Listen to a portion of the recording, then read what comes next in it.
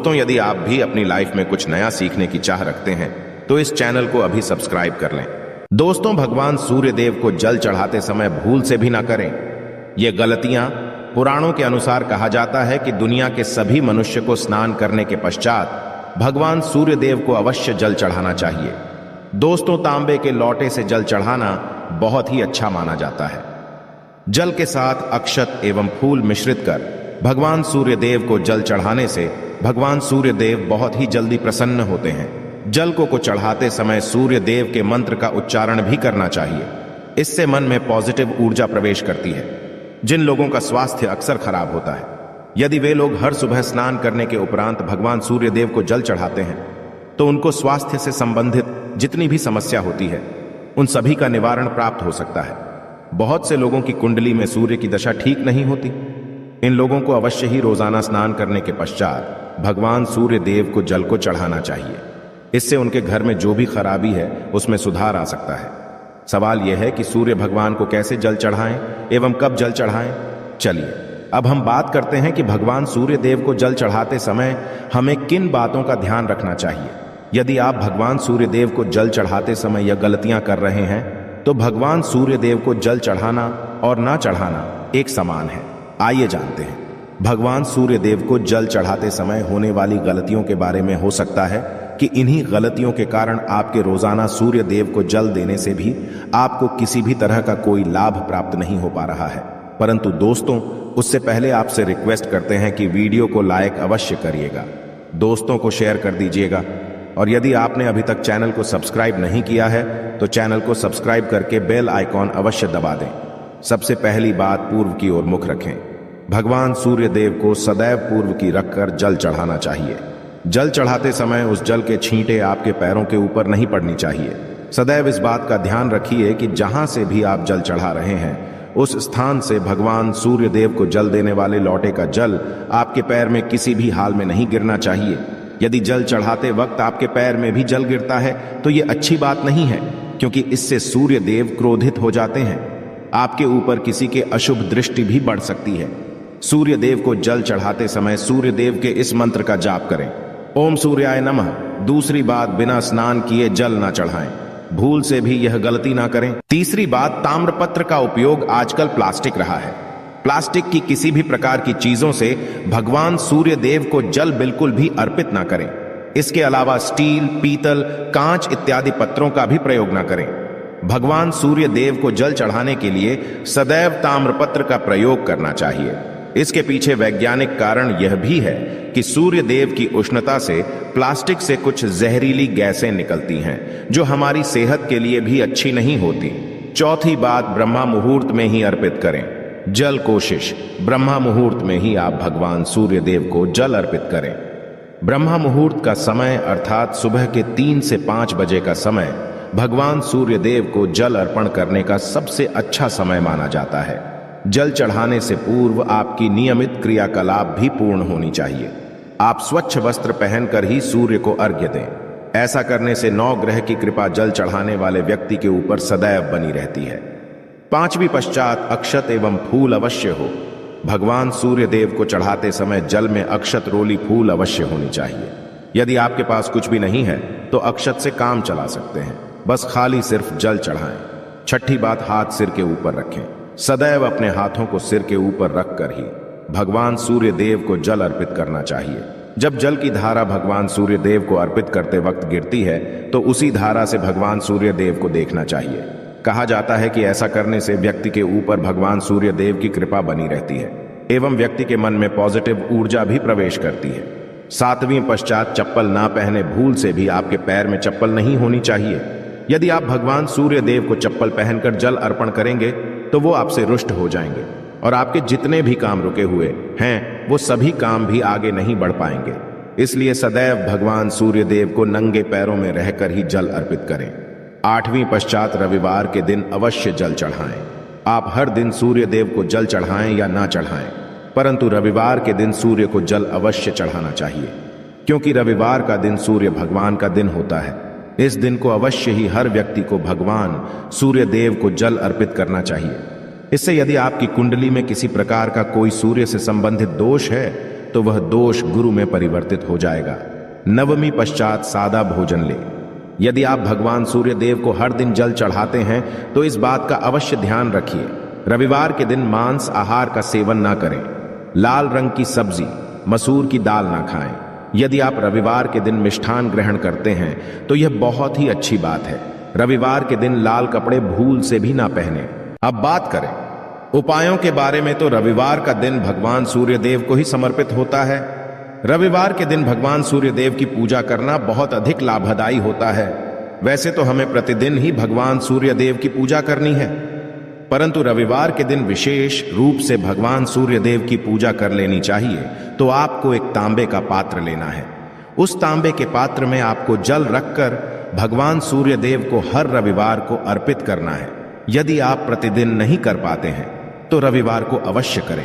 वैसे आपको प्रतिदिन सूर्य देव को जल अवश्य देना चाहिए, चाहे आप कोई भी पूजा नहीं कर पाते हैं, समय नहीं है आपके पास, तो सिर्फ स्नान करने के पश्चात भगवान सूर्य देव को जल भी अर्पित कर देते हैं। तब भी जन्म कुंडली के ग्रह दोष समाप्त हो जाते हैं और आपको जो भी परेशानियां होती हैं, परेशानियों से मुक्ति मिलती है।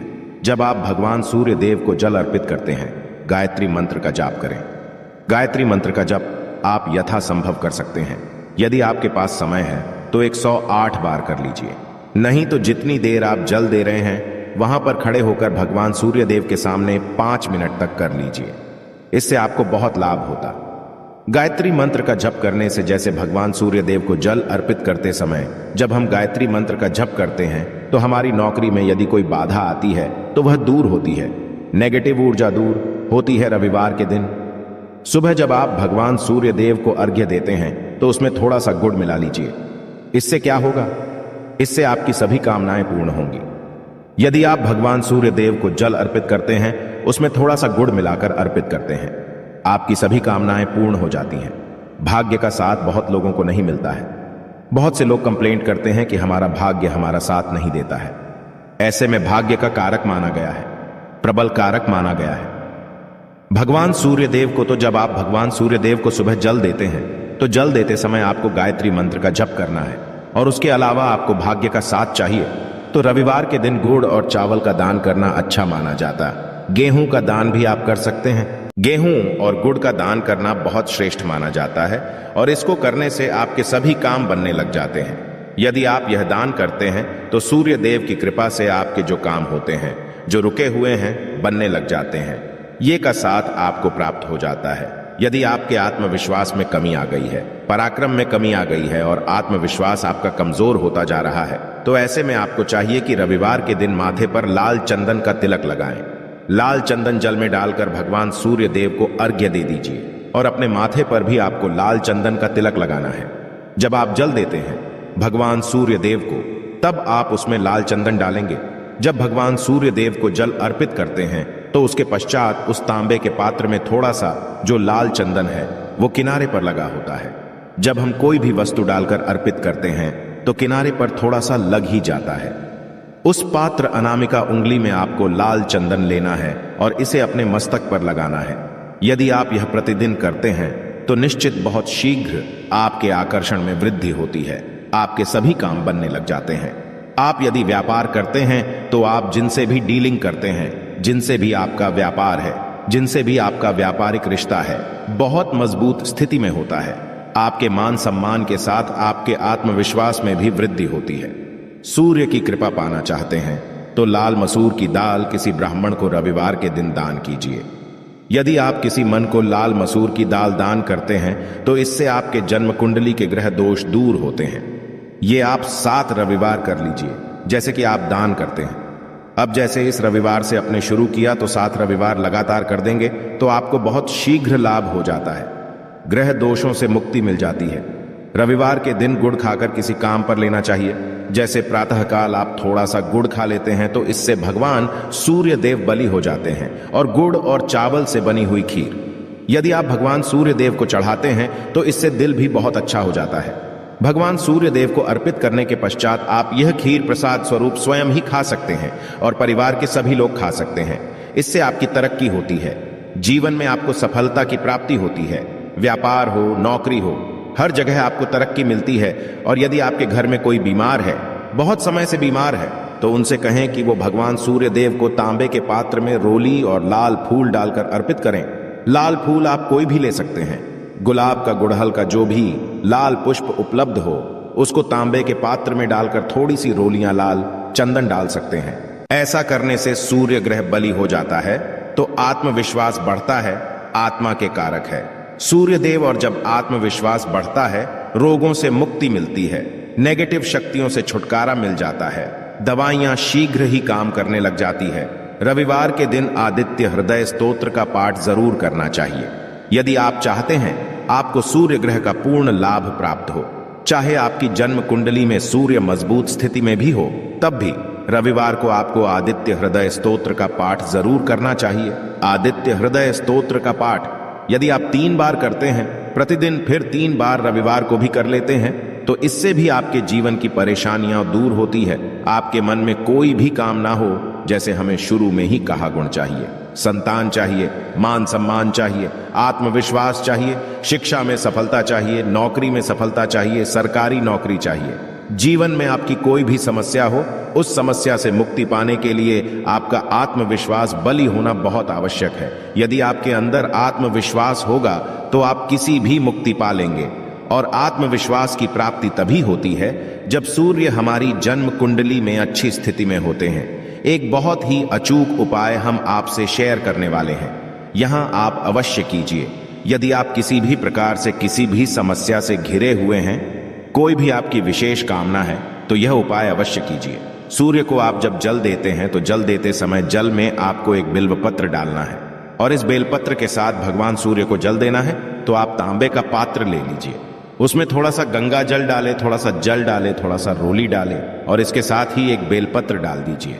आप थोड़े से अक्षत भी डाल सकते हैं। अक्षत क्या होता है? चावल होता है जिसके टूटे हुए दाने ना हो, बिल्कुल साबुत चावल होता है, उसे अक्षत कहा जाता है। तो थोड़े से अक्षत, रोली और बेलपत्र डालकर भगवान सूर्य देव को जल देना है।